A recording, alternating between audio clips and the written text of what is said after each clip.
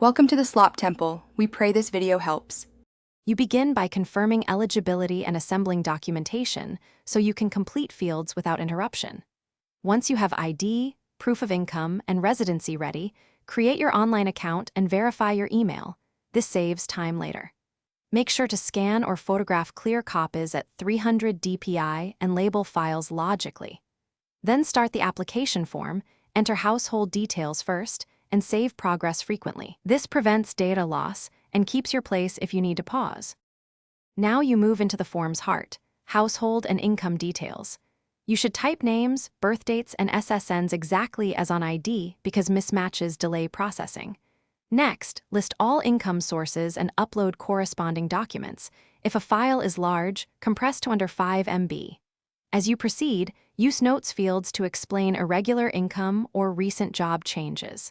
Finally, complete priority and accessibility questions carefully. Those answers determine eligibility tiers and waitlist placement.